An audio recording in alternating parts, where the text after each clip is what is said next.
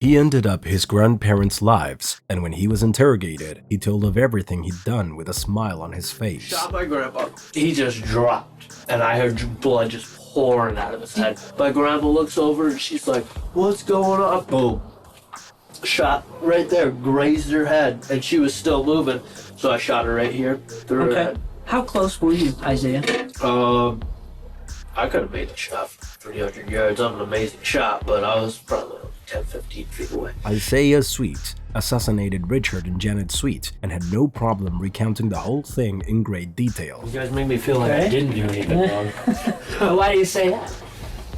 Well, let's put it like this. I'm not going to be lying to you guys about anything you ask me. And I appreciate that. No problem. Okay. Quite different from other criminals, the young killer hides absolutely nothing. He is remorseful, but his level of psychopathy is great, so every moment he talks, it seems like he's bragging about his actions. I sat at home on house arrest all day. Okay. Were Grandpa and Grandma home? And then I went down to the basement. There's a door that goes into the garage from the basement. I went up to the garage and then in their room, took the assault rifle out of their room. And then I loaded it with 10 bullets, walked up the stairs, took like a point like this, had earmuffs on and everything. I took a point like this, stepped up one stair so I could see my grandpa's head. Boom, pulled the trigger back, pulled the bolt back, shot my grandpa twice in the head. Everything that's happening is creepy. His statement is like from someone who has done absolutely nothing. It seems that for him, everything he did is normal, even when he says that he had tried to end his grandparents' lives on more than one occasion. I think you mentioned that you went downstairs into the basement. Which did you go for first? Did you go for the rifle or did you go for the ammunition? Walk me through that. Okay. When I went downstairs, first, I was just gonna hit them both in the head with a bat. Okay. So it wouldn't be so messy, you know, wouldn't be gunshot from an extremely loud assault rifle. Sure. What's going through your mind when you're making that choice? When I came up right behind my grandpa when he was washing dishes with a bat in my hand. I put it right behind his head. Came back like this and I couldn't do it. That night? Yeah. Okay, did he notice you were back there? And I came up behind him about 15 different times and he didn't notice me once. The policeman was surprised with everything he was hearing, and out of the blue, he asked the question that was rattling around in his head the most. Understand that these are your grandparents. You know that they're human beings, they're people, right? Yeah. You're nodding your head at me, yeah. Okay. Is there any particular time why you only shot Grandpa once? Because I heard blood pouring out of his head like So you a knew fire hydrant. You knew he was dead. Oh yeah. Okay. And why the two shots with Grandma?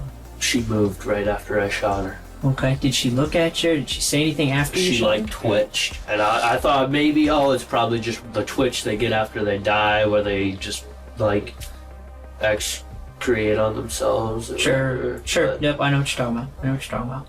I just wanted to make sure because she was the only one that I actually cared about. Of course, that concern wasn't quite reflected in the way he recounted everything that happened when he assassinated them. Where did the blood go when you shot him? Everywhere. Like blood everywhere. Chunks of like the house is massive and there was like points where it's like here's the couch. Mm-hmm. Hey, let's go to the kitchen 15 feet away and there's a chunk of this big laying in there. Can you go look at it? Yeah. What did you think? I picked it up and I looked at it and I could see it was from my grandma. Didn't that freak you out a little bit? Kinda. I was like, oh, well, I'm a psychotic murderer anyway, so it doesn't really matter. But you're not psychotic. I know you're not. After ending his grandparents' lives, Isaiah took a shower, packed some things so he could escape, but before leaving, he told his friends what he had done. As if it was an accomplishment, he decided to show it off. They knew I'd killed my grandparents. They came in the house right after it happened. And why would Brandon be going over to your house on Sunday? He wanted to steal the truck, the white truck. Okay. He wanted that white truck. Did he talk to you about that? Yep.